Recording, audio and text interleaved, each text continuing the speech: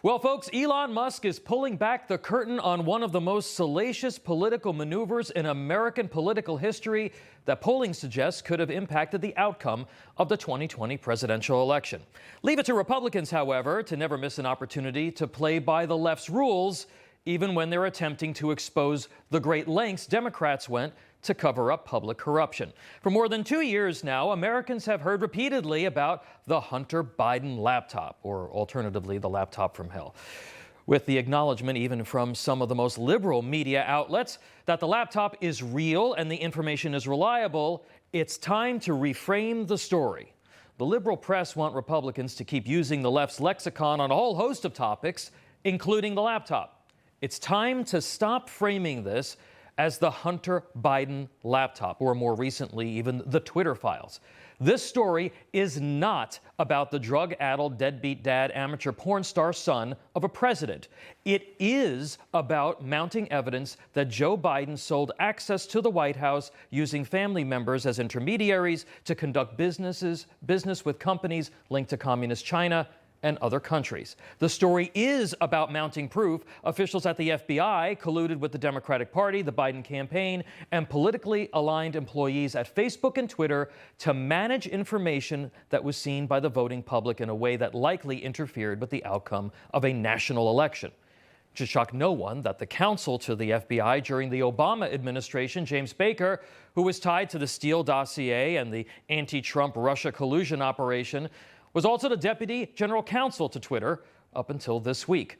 Now, while former big tech executives are quick to blame federal agents for suppression of speech, the fact remains there was a well-organized plot that spanned government, political committees, and the private sector to cover up evidence of public corruption at the highest levels. Senators Chuck Grassley and Ron Johnson have already exposed financial records that show millions of dollars flowing from Chinese companies and their affiliates to Biden-related enterprises.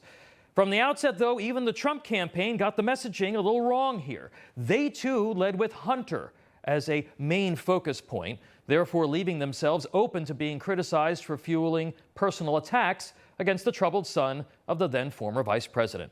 The message discipline here is critical for every American who cares about their own individual role in our national dialogue. It must be aggressive and focused. Hunter Biden, the number 2 son of Joe Biden with no relevant experience to speak of in anything, was little more than a vehicle for his father to make lucrative deals while attempting to wipe the fingerprints off the evidence. He was a vessel.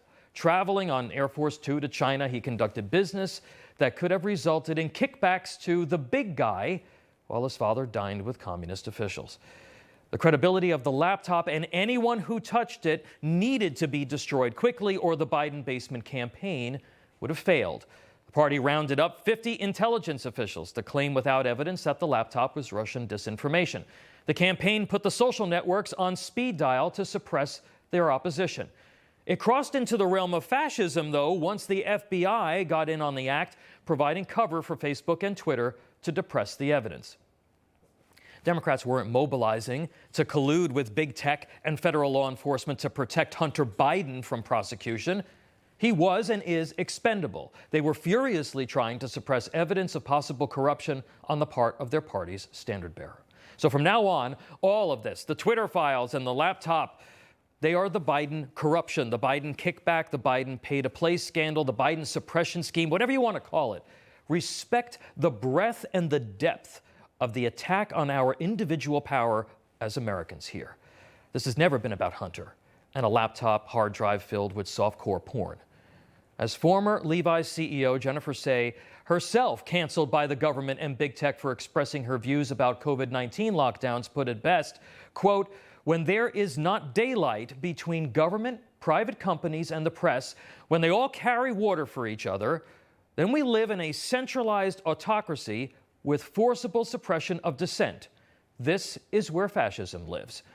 In a time when nothing seems to shock the conscience, nothing seems to shock us anymore, this suppression of speech in this way makes us an oligarchy.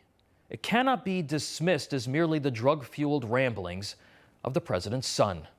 It is a threat to the republic. No crooked establishment. None of that Twisting the truth. No talking down to me. Don't tell me how to think. Don't tell me how to think. Don't tell me how to think. I trust Newsmax. Newsmax. They don't tell me how to think. They let Let me decide. Newsmax. Real news For real people.